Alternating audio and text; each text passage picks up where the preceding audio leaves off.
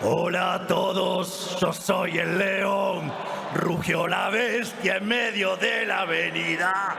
Lloran los zurdos sin entender. Panic Show a plena luz del día. ¡Vamos!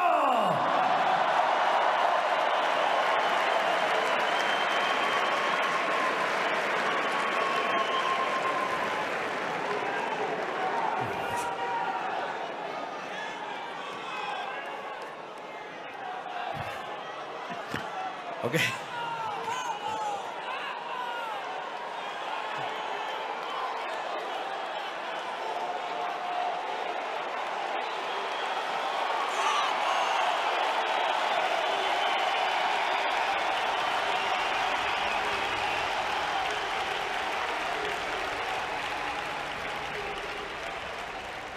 Para comenzar, quiero darle las gracias a los organizadores del Viva, a Vox y a mi querido amigo Santiago Abascal por invitarme a estar aquí con ustedes hoy.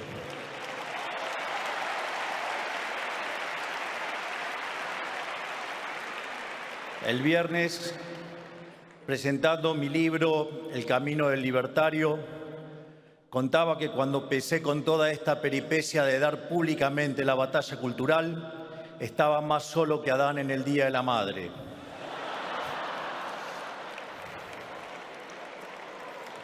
Y en ese contexto, uno de los pocos que me abrazaron y me aguantaron cuando todos me daban la espalda fue el querido Santiago.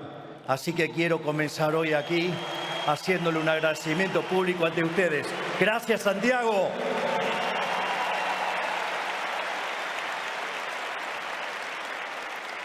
Mirá, Santiago, hasta dónde hemos llegado y cuánto que tenemos por delante. Vengo predicando mi vención del sistema capitalista en auditorios donde la mayoría de los que escuchaban no siempre comparten lo que digo. A veces, inclusive, predicando de frente ante gente que lo detesta, porque se sienten aludidos por mi crítica, como ocurrió, por ejemplo, en el foro de Davos.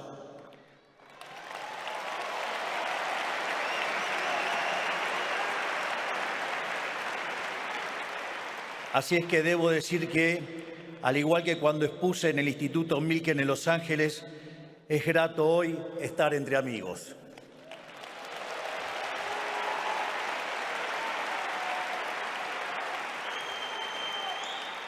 Es reconfortante estar enfrente a un público que comparte nuestras ideas y que es parte de la enorme tarea de dar la batalla cultural frente a quienes quieren imponernos una visión del mundo que no solo es inmoral, sino que es contraria a los valores que hicieron grande a Occidente.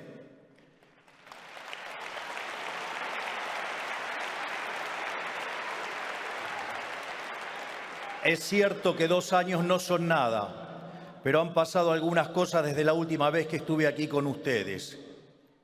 Cuando me presenté acá, hace 2 años, era tan solo un diputado nacional que, acompañado solamente por quien ahora ejerce el cargo de vicepresidente de la Nación, enfrentábamos a la totalidad del sistema político en Argentina defendiendo las ideas de la libertad.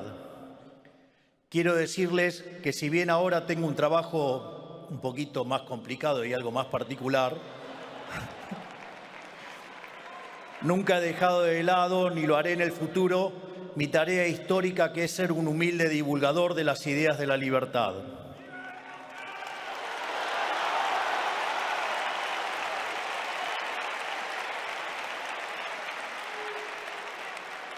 Porque estoy convencido que hoy, más que nunca, estas ideas y valores que llevaron a lo más alto a la especie humana corren peligro y necesitan ser defendidas del asedio del maldito y cancerígeno socialismo.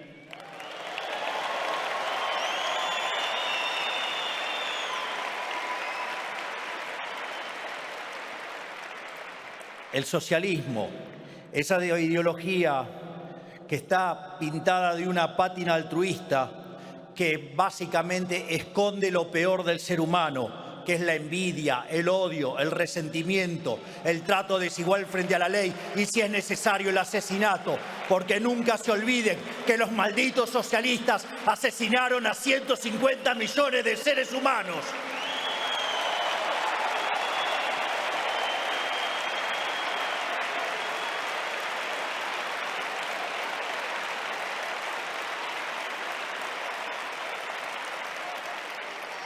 Hace poco, en la conferencia que brindé en el Instituto Milgen, dije que, en algún sentido, los argentinos somos profetas de un futuro apocalíptico que nosotros ya hemos vivido, pero que el resto de Occidente aún tiene por delante. Porque si miran la historia argentina de los últimos 2 siglos, verán una tragedia en 2 partes, ascenso y caída. Una tragedia que es testimonio de lo que puede ocurrir cuando se reemplazan las ideas de la libertad por cualquier tipo de experimento colectivista. En la segunda mitad del siglo XIX, la dirigencia argentina grabó en piedra los principios básicos del liberalismo, que son la defensa a la vida, a la libertad y a la propiedad privada. Y como resultado,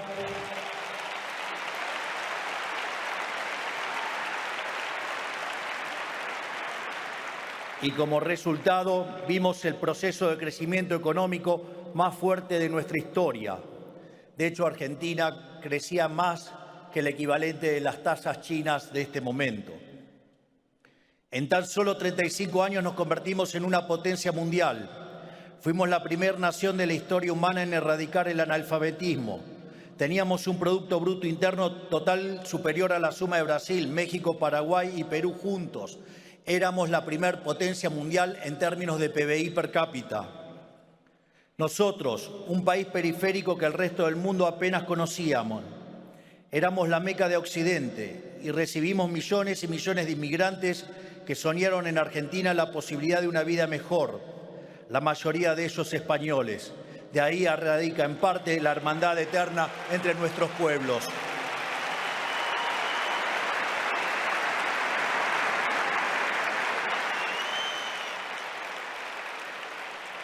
Pero en algún momento de la primera mitad del siglo XX, la dirigencia política se enamoró del Estado, abandonó las ideas de la libertad y las reemplazó por la doctrina de la justicia social, que atenta directamente contra la libertad y la propiedad del individuo.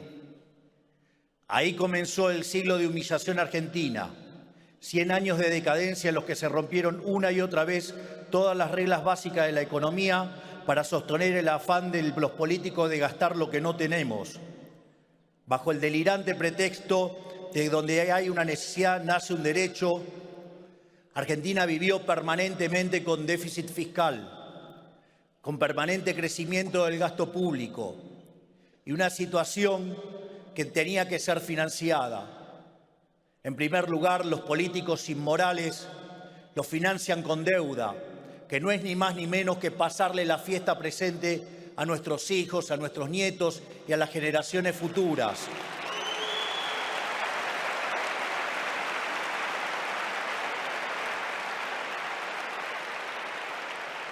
Naturalmente, cuando el financiamiento se termina, recurren a la máquina de imprimir billetes.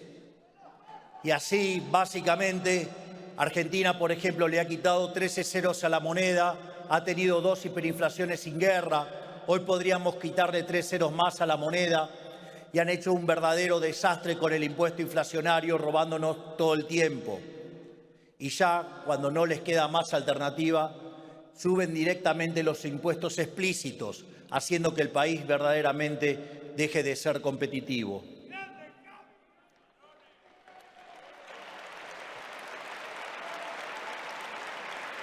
Como resultado de estas medidas, vimos cómo nuestros ciudadanos comenzaron a empobrecerse sistemáticamente, hasta caer al puesto 140 del mundo en el ranking de PBI per cápita, habiendo llegado a multiplicar la pobreza por 10 veces en los últimos 50 años.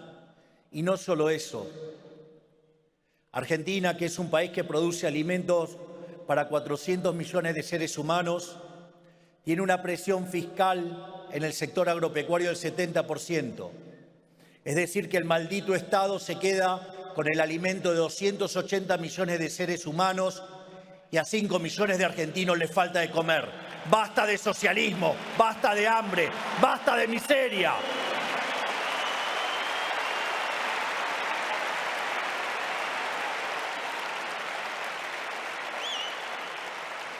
Por eso es cuando hoy miro a Europa hoy y también a los Estados Unidos y veo lentamente cómo van apareciendo pequeñas señales del trágico camino que tristemente recorrió la Argentina.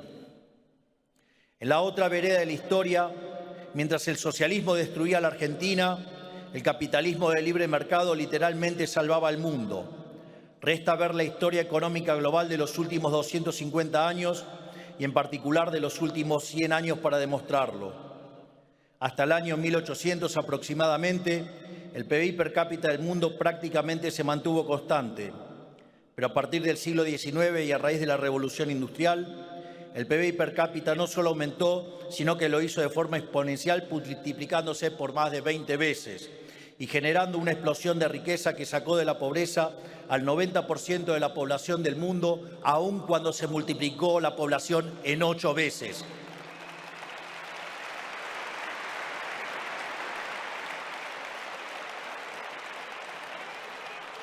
Que lidien con ese dato los malditos aborteros.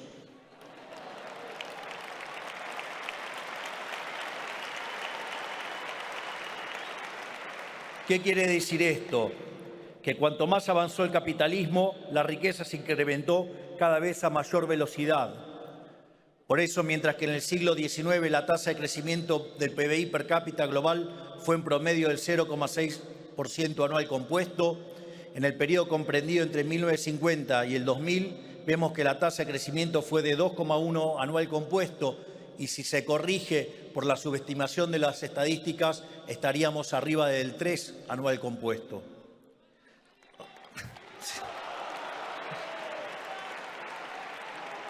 O sea, el capitalismo de libre empresa ha sido una panacea para Occidente.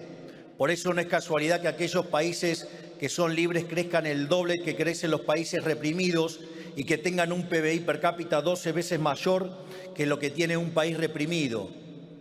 Por lo tanto, digamos, no solo eso, sino que además aquellos países, digamos, que son pobres, los que son pobres en los países capitalistas de libre mercado, tienen un ingreso promedio superior en el decil más bajo de 15 veces mayor y el 90% ¿sí? de la población de esos países reprimidos vive por debajo de lo que viviría alguien pobre en un país capitalista.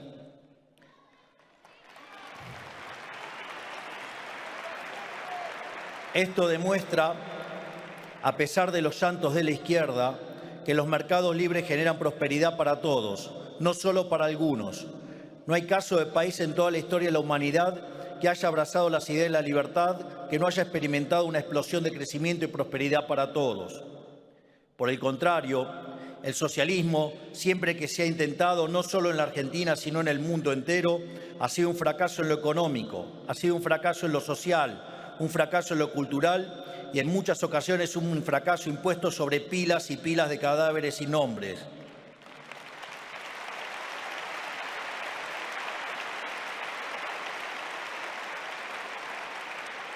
Este punto es central para lograr una cabal comprensión de la tragedia que significa el socialismo. Dado que el socialismo es una ideología que va directamente en contra de la naturaleza humana, necesariamente deriva en esclavitud o muerte. No hay otro destino posible. Abrirle la puerta al socialismo es invitar a la muerte.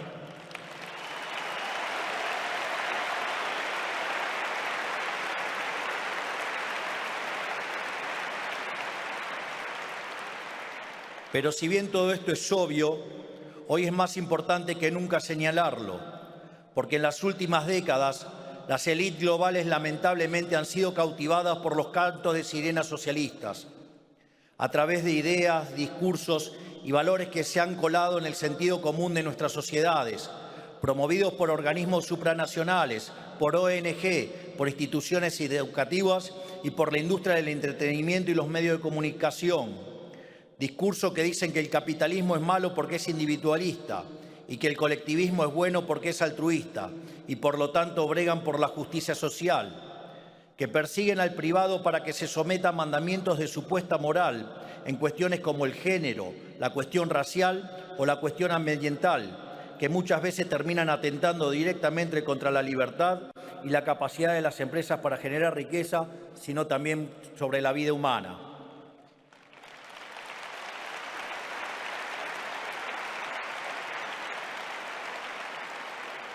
Parece que no entienden que la justicia social siempre es injusta, porque implica un robo, porque implica un trato desigual frente a la ley, y que cada intento de los políticos por hacerse los buenos termina perjudicando la generación de riqueza y, en consecuencia, perjudicando al conjunto de la sociedad.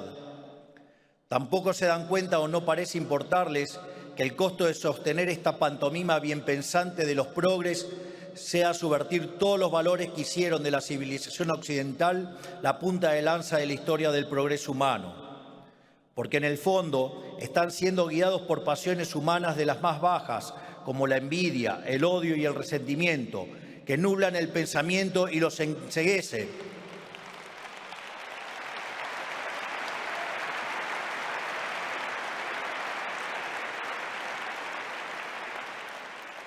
Es más, tanto los enceguece a punto tal que viven proyectando sus miserias en el resto.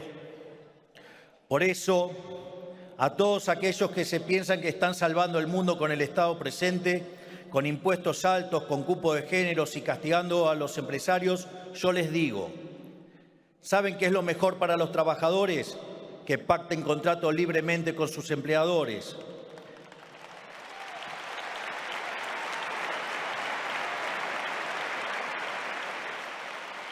¿Saben qué es lo mejor para las mujeres?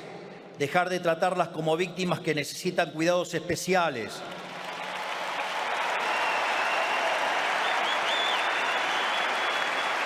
Yo pregunto, ¿acaso los socialistas consideran a las mujeres como seres inferiores para estar otorgándoles privilegios? Les pregunto a los socialistas, ¿o acaso no alcanza con ser iguales ante la ley?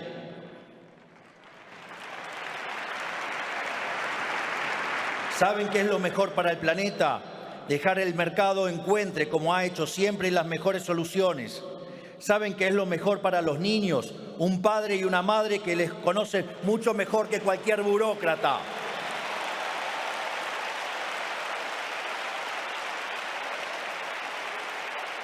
¿Y saben cómo se logra esto?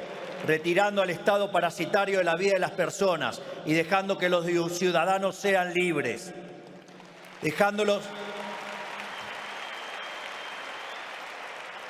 Dejándolos asociarse libremente, elegir qué producir, a quién emplear, dónde estudiar, a quién venderle, qué comprar y qué hacer con el fruto del trabajo propio.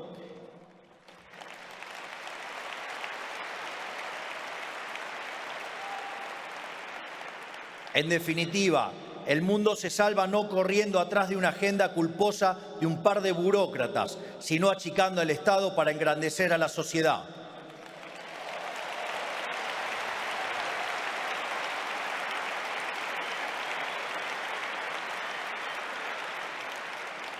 Hay que destruir esa idea parasitaria que ha aprendido en Occidente, que dice que la tarea del Estado, o sea, del burócrata, es controlar cada aspecto de la vida de los ciudadanos. Esa idea de que los políticos deben cuidar a la gente desde la cuna hasta la tumba. Esto no ha sido nunca la tarea del Estado. La tarea del Estado, en caso de existir, es defender la vida, la libertad y la propiedad privada de los individuos.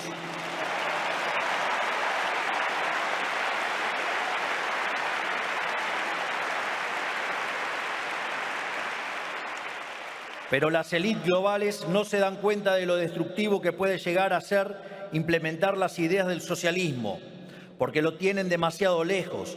No saben qué tipo de sociedad y país puede producir y qué calaña de gente atornillada al poder y qué niveles de abuso puede llegar a generar. Digo, aún cuando tenga la mujer corrupta, se ensucia y se tome 5 días para pensarlo.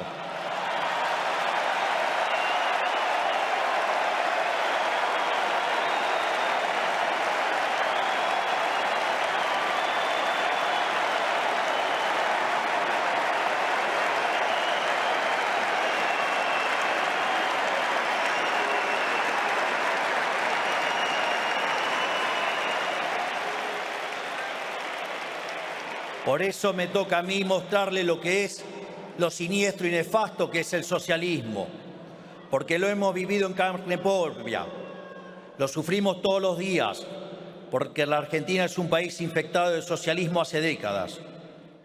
O quizás debería decir era.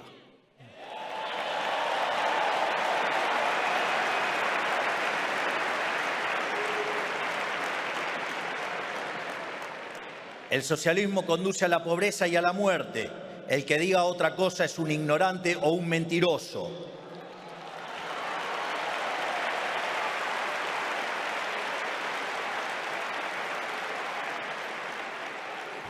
Y como el socialismo conduce a la muerte, nunca, pero nunca podemos dar el brazo a torcer. En nada, no podemos dejarnos correr un milímetro por los zurdos, y aun cuando parezca que tienen razón, porque nunca la tienen.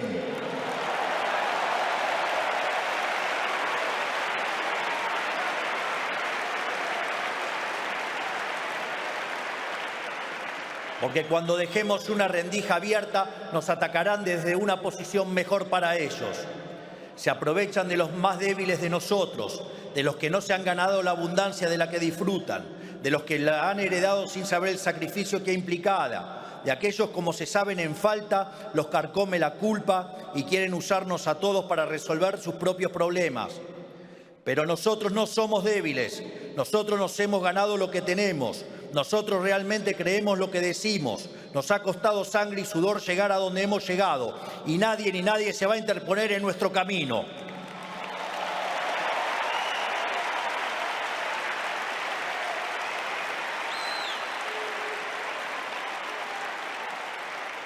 No importa qué hagan, no importa qué digan, ni cómo nos ataquen. Por eso les digo, me importa un rábano lo que opinen los zurdos.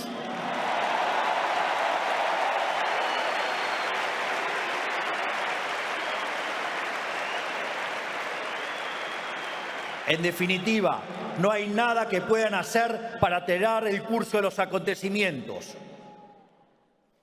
A la luz de las cosas que suelo decir, de las discusiones en las que me suelo meter, muchas veces recibo críticas de distintos actores del establishment y en particular de los ensobrados del periodismo.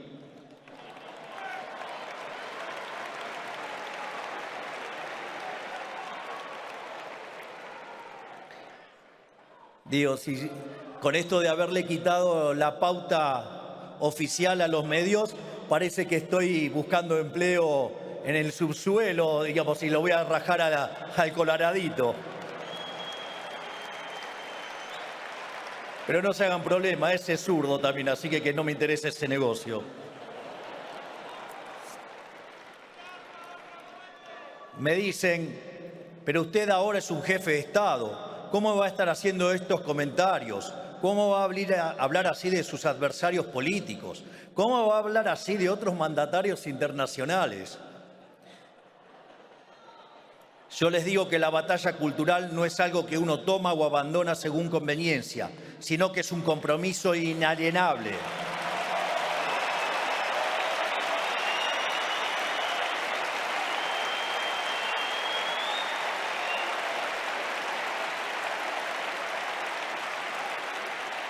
Todos los que estamos comprometidos con la causa de la libertad vamos a defender nuestras ideas desde el lugar que nos toque ocupar, ya sea como un simple economista que vive de las conferencias que brinda y los libros que vende, como era yo hasta hace unos pocos años, o un presidente como me toca ser ahora.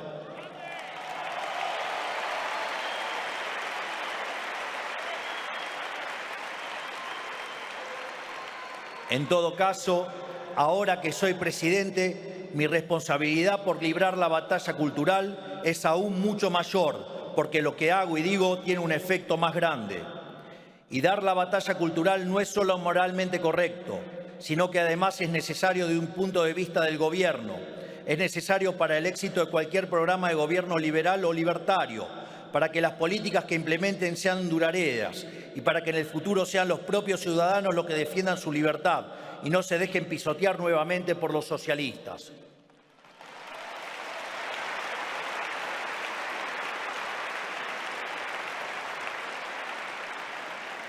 Porque además es importante alzar la voz, porque nuestros adversarios siempre juegan con ventaja, porque tienen su gente metida en todos los niveles del Estado, tienen la fuerza de los sindicatos y de las organizaciones sociales, tienen a los empresarios prebendarios que viven del Estado y lo financian, tienen los organismos supranacionales, las organizaciones no gubernamentales, los medios de comunicación y la industria del entretenimiento.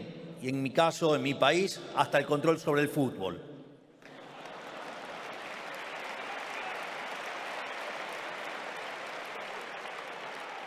En ese sentido, hay que reconocer que han hecho un trabajo formidable en términos de lo que Antonio Gramsci llamaría la construcción de una verdadera hegemonía global. Si todos los que creemos en la vida, la libertad y la propiedad no hacemos nada, estamos condenados. Si todos los que creemos en los valores que hicieron de Occidente la civilización más próspera de la historia no hacemos nada, estamos condenados. Por eso,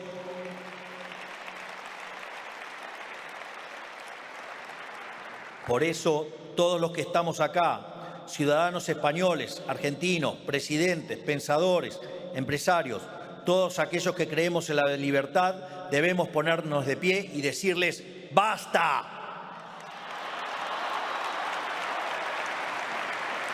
Basta al odio, al resentimiento y a la envidia que implica el socialismo. Basta al autoflagelamiento y la culpa de Occidente. Basta a la pretensión de vivir en un mundo de cristal sin que nadie se pueda sentir ofendido. Basta de la intromisión del Estado en todos y cada uno de los aspectos de nuestra vida. Volvamos a defender los valores que hicieron grande a Occidente. Volvamos a defender la vida, la libertad y la propiedad.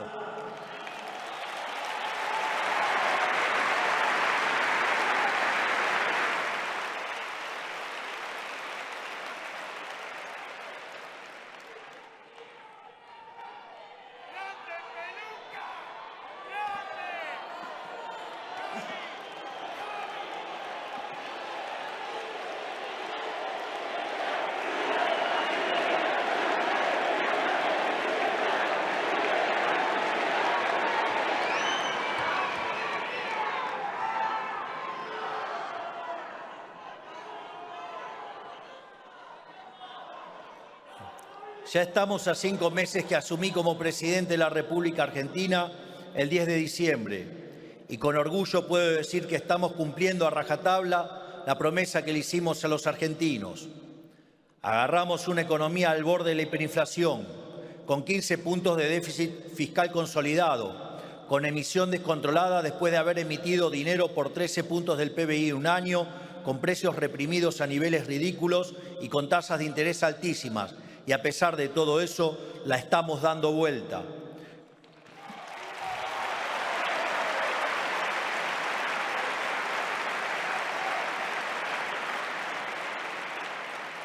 Con un esfuerzo enorme por parte de todos los argentinos, pero lentamente la estamos dando vuelta. Hemos reducido sistemáticamente la inflación mes tras mes hasta lograr una inflación de un dígito mensual. Hemos bajado la tasa de interés sin que se dispare la inflación y sin que se dispare el tipo de cambio. Estamos haciendo el ajuste más grande y abrupto de la historia humana y para el espanto de todo el surderío, la sociedad nos sigue apoyando con la misma convicción que el 10 de diciembre.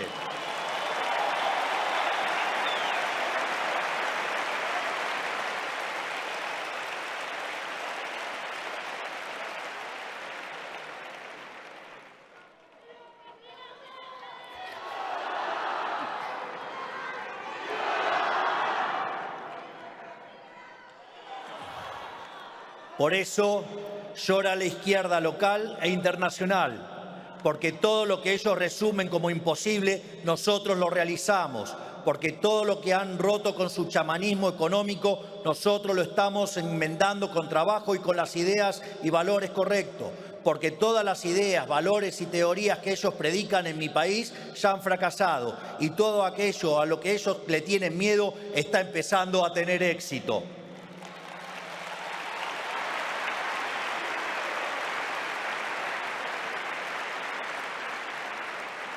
Y también porque le estamos demostrando al mundo que inclusive en la peor adversidad, inclusive cargando con la peor herencia económica de la historia del país, inclusive siendo el gobierno con menos poder institucional de la historia, e inclusive con toda la política, los medios y los empresarios prebendarios en contra, quienes esgrimimos la verdad en un puño y en convicción en el otro podemos perseverar y salir triunfantes.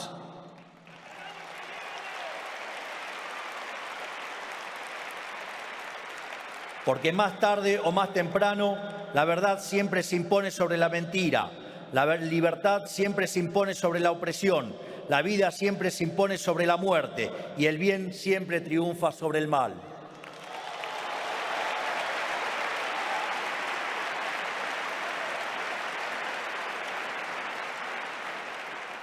Por todo esto, quiero decirles que soy un optimista. Cada vez son más los pueblos del mundo que se rebelan contra el maldito mandato socialista. Y lo hacen porque, a diferencia de los socialistas, nosotros confiamos en los ciudadanos. No pensamos que hay que tratarlos como a niños en un jardín de infantes. Confiamos en su creatividad, en su capacidad de resolver problemas por su cuenta, en su criterio para criar en libertad a sus hijos en el seno de la familia. Confiamos en la capacidad de los hombres y mujeres de forjar su propio destino y que esto redunde en mayor beneficio para el conjunto de la sociedad.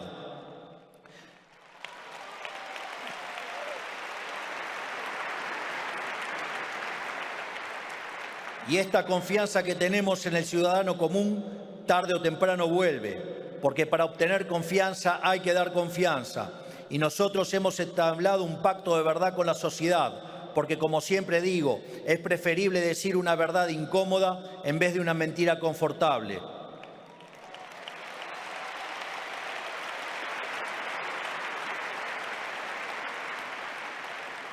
Por todo esto, quiero comprometerme con todos ustedes y decirles que no les voy a fallar.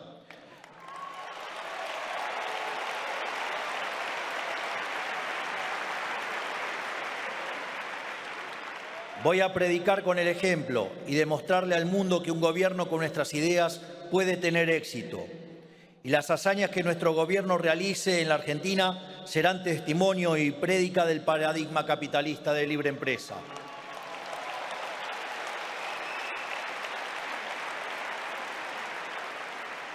Pero no serán ningún milagro, sino la consecuencia necesaria del ejercicio de las ideas correctas, porque la libertad es el único camino posible a la prosperidad.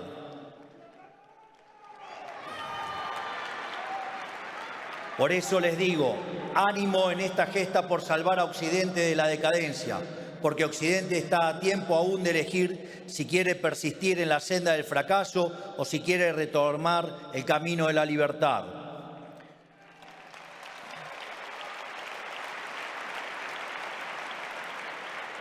Finalmente, les quiero dejar una frase de uno de los mayores pensadores del siglo XX, que fue Ludwig von Mises, y que además demostró la imposibilidad del socialismo ya en 1922 con su famoso tratado El socialismo.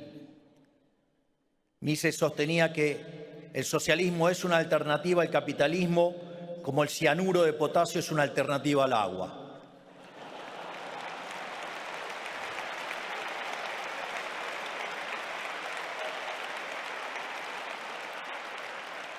Y dado que Mises era una persona con una gran visión y entendía de qué iba el desafío,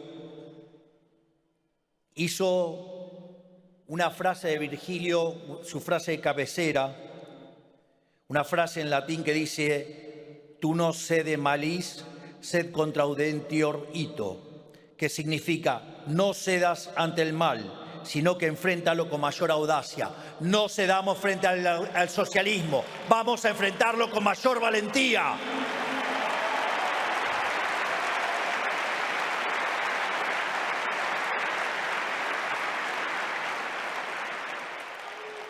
Naturalmente, parece una tarea titánica, parece que somos pocos, pero no tenemos nada que temer. Porque la victoria en el campo de batalla no depende de la cantidad de soldados, sino de las fuerzas que vienen del cielo. ¡Viva la libertad, carajo! ¡Viva la libertad, carajo! ¡Viva la libertad, carajo! Muchas gracias. Gracias, Santiago. Gracias, Vox. Gracias a todos. Gracias. Muchas gracias.